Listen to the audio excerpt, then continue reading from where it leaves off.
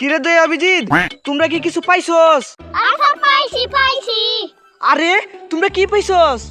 Sir পর্যবেক্ষণ করে জানতে পারলাম এখানে কে হাঁকছে তাই গু পাইছি। শালা তোদের কি আমি গু খুঁজার জন্য কইছি?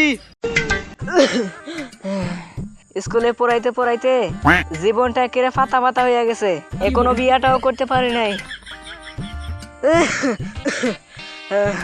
আসসালামু আলাইকুম স্যার, আপনি তো জন ভাবলেন কেন? তুমি কে বাবা? তোমার এত চিনলাম না। ওই যে স্যার, ওই দিনে লাস্টের বেঞ্চে আমি বইতাম আর আপনি প্রতিদিন পিটাইতেন, ওই ছাত্রটা আমি, এখন ইন্সপেক্টর সিআইডি। ও তুমি আখো দুসে ছেলে মাদু। ও বাবা তোমার তো চিনছি, তুমি এখন সিআইডি।